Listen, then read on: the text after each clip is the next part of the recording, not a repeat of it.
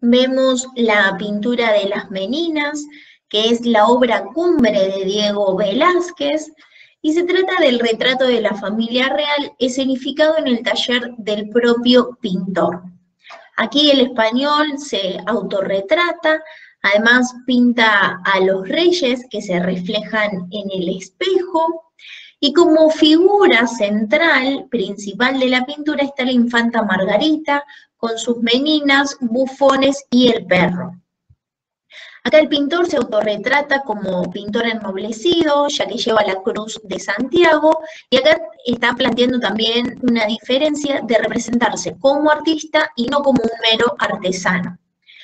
De nuevo, en las pinturas de Velázquez se representa un gran realismo, donde funde la perspectiva aérea y la perspectiva lineal central. También podemos observar dos focos luminosos que son tratados con maestría. Por un lado, el que proviene de la puerta del fondo y por el otro lado, el de la ventana lateral. La sensación de profundidad es magistral gracias al tratamiento de la luz y la pincelada suelta. Rembrandt fue uno de los grandes pintores de la escuela holandesa barroca y en el cuadro muestra una lección de anatomía impartida por el doctor Talp, que es quien lleva un sombrero y unas pinzas en la mano derecha. El profesor o el doctor muestra a sus alumnos la disección de un brazo, los tendones y los músculos. En este momento, las clases de anatomía con disección eran actos poco frecuentes que se convirtieron en acontecimientos sociales. También tengamos en cuenta que el cuerpo del muerto en el que se realizaron las prácticas es el de un conocido criminal que había sido ahorcado ese mismo día por robo. Detrás del cadáver vemos que se sitúan los alumnos, atentos a la lección, y lo que es interesante destacar son las expresiones de estos alumnos, expresiones de sorpresa, de entusiasmo, de emoción. En la lección de anatomía de Rembrandt se interesa o se interesó por los contrastes lumínicos, por el uso de una luz potente y clara que ilumina unas zonas y deja otras en penumbras. De las características de la escultura barroca vamos a nombrar al naturalismo. Con ello se pretende representar las cosas tal como son. Eso lo va a alejar al barroco del clasicismo, del idealismo, y lo va a acercar a un tipo de representación que tiene más afinidad con los sentimientos. Por tanto, van a ser expresiones exageradas, va a haber un mayor dinamismo, se da mucha importancia al movimiento, y para poder representar ese movimiento se recurre a estructuras diagonales y a líneas curvas sinuosas. También aparecen y continúan los grupos escultóricos, va a haber un mayor contraste lumínico, se le va a dar mucha importancia a la representación de las calidades de los objetos. Los materiales empleados en la escultura barroca son preferentemente el bronce y el mármol, y en cuanto a los temas tratados, predominan muy especialmente los religiosos, aunque también hay temas mitológicos y retratos. Bernini fue el representante más importante de la escultura barroca italiana. Fue un escultor magnífico cuya obra estuvo marcada por las características generales del barroco italiano, y es el Éxtasis de Santa Teresa, su obra más famosa, donde se recoge el dramático momento en que Santa Teresa pierde su conciencia como consecuencia del éxtasis amoroso. Esto se ve reflejado en los ojos cerrados o en la boca entreabierta, producido por la llama divina. La composición se consigue mediante dos diagonales que forman un aspa, lo que produce sensación de movimiento. También Bernini consigue un acusado efecto de contrastes lumínicos, que lo vemos, por ejemplo, en los pliegues de las ropas de Santa Teresa. Además de haber realizado la escultura, Bernini fue quien construyó la capilla donde se encuentra la escultura. Bernini también realizó fuentes para embellecer Roma, como la Fuente de los Cuatro Ríos de Plaza Navona.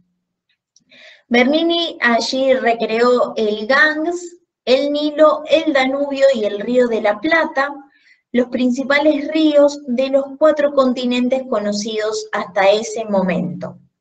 En forma de 4 gigantes de mármol, digamos, como representaciones alegóricas, con personas, todos están descansando en una gran piscina elíptica sobre la que se eleva el obelisco de Domiciano. En la diapositiva solo vemos la base del obelisco, pero si lo buscan van a encontrarlo en su totalidad.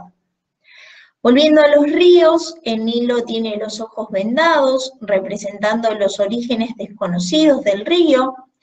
El Danubio mira hacia el escudo de Inocencio X, el gran mecenas del artista.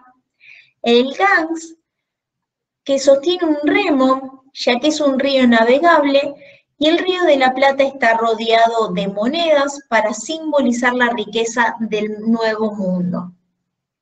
Así, el artista representa de forma eficaz la universalidad y expansión por los 4 rincones del mundo del catolicismo, que aparentemente era una idea original de otro escultor que se llamaba Borromini.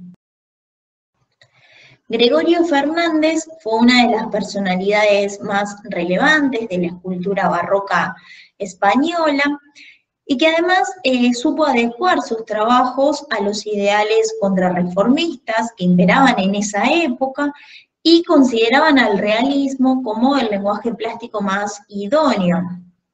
Las figuras eran policromadas, como vemos en este caso, con colores más bien sobrios para evitar la distracción de los fieles.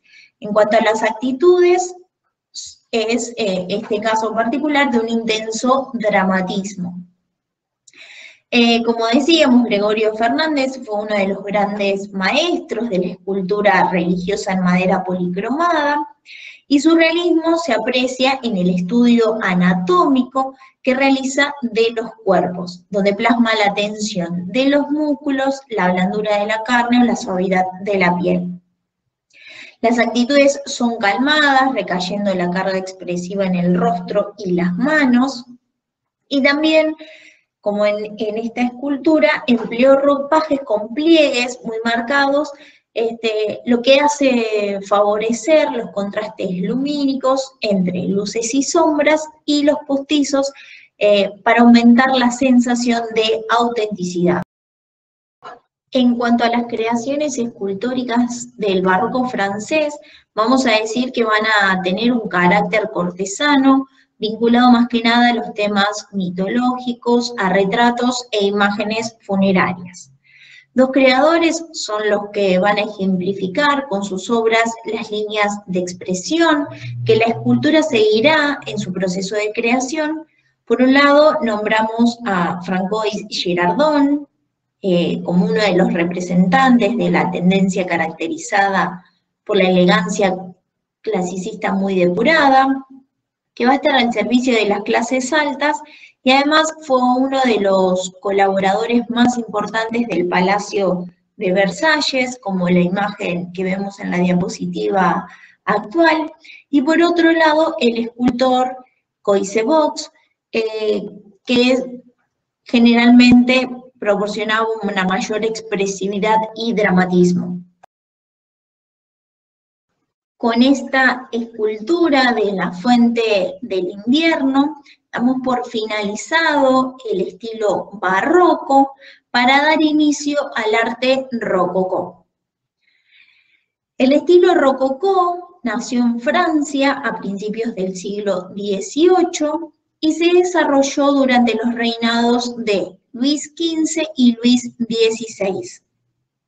Ha sido considerado como la culminación del barroco, sin embargo es un estilo independiente que surge como reacción al barroco clásico impuesto por la corte de Luis XIV. El rococó, a diferencia del barroco, se caracteriza por la opulencia, la elegancia y por el empleo de colores vivos que contrastan con el pesimismo y la oscuridad del barroco. Es un estilo aristocrático que revela el gusto por la elegancia, por lo refinado, por lo íntimo y por lo delicado. También armoniza con la vida despreocupada y agradable que la sociedad ansía y se desentiende de cuestiones religiosas. Por tanto, es un arte mundano, sin conexión con la religión, que trata temas de la vida diaria, no simboliza nada social ni espiritualidad, es solamente superficialidad. Por todo esto se considera al rococó un arte frívolo y exclusivo de la aristocracia. Si bien nombramos anteriormente que nació en Francia, se va a difundir rápidamente por otros países europeos, sobre todo en Alemania y Austria, y se va a seguir desarrollando hasta la llegada del neoclasicismo. En cuanto a lo que es la definición del arte rococó, del término rococó, proviene de la palabra francesa rocaille, que significa piedra, y cookie, que significa concha. Estos elementos que son de gran importancia para la ornamentación de los interiores. En cuanto a lo que es también la decoración, es importante, es completamente libre y asimétrica, muestra su predilección por formas onduladas e irregulares y predominan los elementos naturales como las conchas, las piedras marinas y las formas vegetales. En cuanto a las características generales de la arquitectura rococó, vamos a decir que los edificios mantuvieron un trazado externo bastante simple, pero que sin embargo eso no se reflejaba en el interior, ya que la decoración se desbordaba, era bastante exagerada. El rococó impone la acumulación de elementos decorativos basados en líneas ondulantes y en la asimetría. Va a alcanzar mucha difusión por el gusto chino, que había entrado en Europa con las piezas de porcelana, telas o lacas, y que decorarán los salones occidentales con sus temas más representativos. Las formas extrañas de las conchas marinas formaron la base del nuevo estilo que dieron a la arquitectura y al interior de estas construcciones un encanto y un toque especial. Tienen más formas elegantes y extrañas que todos los estilos y tendencias anteriores, ya que su apariencia se debe al gusto artístico de la corte real, inmersa en el lujo y en el placer. Como ejemplo de la decoración de interior, vemos el Palacio de Catalina en la ciudad de Pushkin, en Rusia, que era la residencia de verano de los zares rusos. En cuanto a revestimientos y decoración mural, los mármoles y las grandes pinturas se ven sustituidas por los estucos. De igual modo, comienza a darse un uso de espejos para crear la sensación de espacios más amplios, a la vez que buscaban sugerir el infinito. Dentro de los materiales que más se utilizaban, se destacan la madera tallada, el hierro y el bronce.